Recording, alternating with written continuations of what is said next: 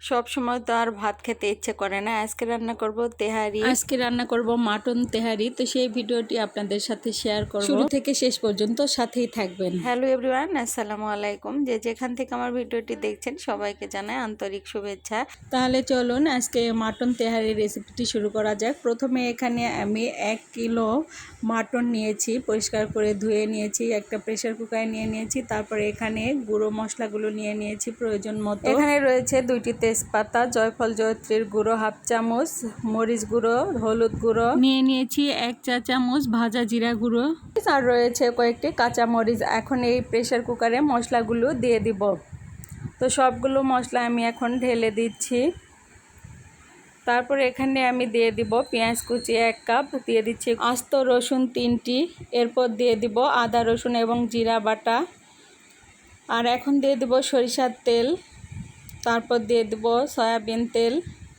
আমি দুটো তেল মিলিয়ে 1 কাপের মতো তেল এখানে দিয়ে দিব। সব মশলাগুলো দেওয়া হয়ে গেলে এখন মাংসের সাথে মশলাগুলো খুব ভালোভাবে মাখিয়ে নিব, আর এই কাজটা একটু সময় নিয়ে খুব সুন্দর করে মাখিয়ে নিতে হবে। তারপরে এখানে আমি প্রয়োজন মতো পানি দিয়ে দিব।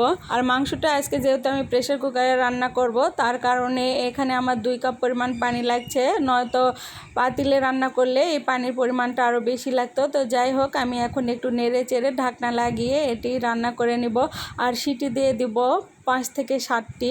এখন চলে যাব নেক্সট স্টেপে। এখানে আমি 1/2 কেজি পরিমাণ পোলাওর চাল সুন্দর করে ধুয়ে পানি থেকে তুলে নিয়েছি, আর এখানে রাইস কুকারে আমি তেল দিয়ে দিয়েছি 1 কাপ পরিমাণ। তারপর 1 কাপ পরিমাণ পেঁয়াজ কুচি দিয়ে দিলাম, আর এখন এই পেঁয়াজ কুচিটা একটু হালকা ব্রাউন করে ভেজে নিব। এই তো পেঁয়াজ কুচি হালকা ব্রাউন কালার হয়ে এসেছে। এখন এখানে আমি দিয়ে দিব কয়েকটি কাঁচা মরিচ, কয়েকটি দারচিনি, কয়েকটি সাদা এলাচ এবং কয়েকটি গোলমরিচ, সাথে দিয়ে দিব 2টি তেজপাতা। সব মশলাগুলো এখন আমি দিয়ে হালকা করে একটু ভেজে নিব আবারও। আর কাঁচামরিচের মাথাগুলো আমি একটু চিড়ে দিয়েছিলাম। এখন আমি চালগুলো দিয়ে দিব।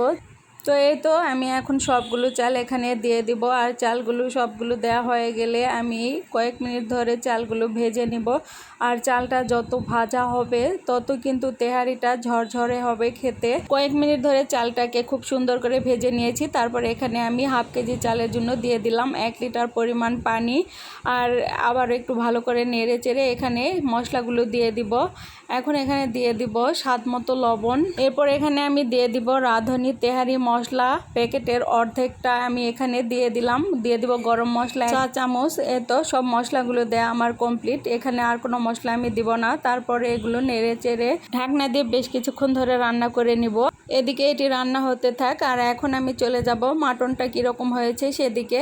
এখন দেখতে পাচ্ছেন যে আমি প্রেসার কুকারের ঢাকনাটা খুলে নিয়েছি, আর এখানে কিছুটা পানি রয়ে গিয়েছে। এই পানিগুলো এখন ভালোভাবে শুকিয়ে নিব। তো এই তো এখন মাটনটা কিন্তু পারফেক্টভাবে রান্না হয়ে গিয়েছে এটি তেহারিতে দেওয়ার জন্য। আর এদিকে দেখতে পাচ্ছেন যে পোলাওটার পানিটাও কিন্তু শুকিয়ে এসেছে। তো পোলাওটা রান্না করার সময় আমি মাঝে মাঝে কয়েকবার নেড়ে দিয়েছিলাম, আর এখন তো দেখতে পাচ্ছেন যে পানি শুকিয়ে এসেছে, আবারও একটু নেড়ে দিব। তারপর এখন এখানে আমি দিয়ে দিব মাটনগুলো।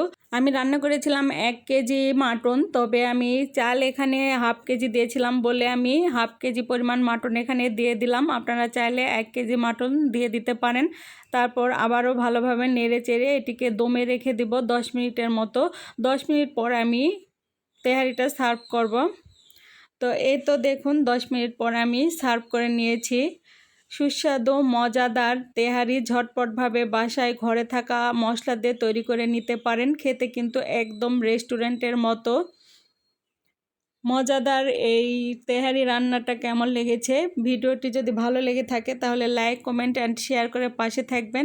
যেখান থেকে আমার ভিডিওটি দেখছেন আমার জন্য দোয়া করবেন। সুস্থ থাকবেন, ভালো থাকবেন। আজকের মতো এখানেই, নতুন কোনো ভিডিও নিয়ে আবারও দেখা হবে। সেই পর্যন্ত ভালো থাকবেন। আল্লাহ হাফেজ।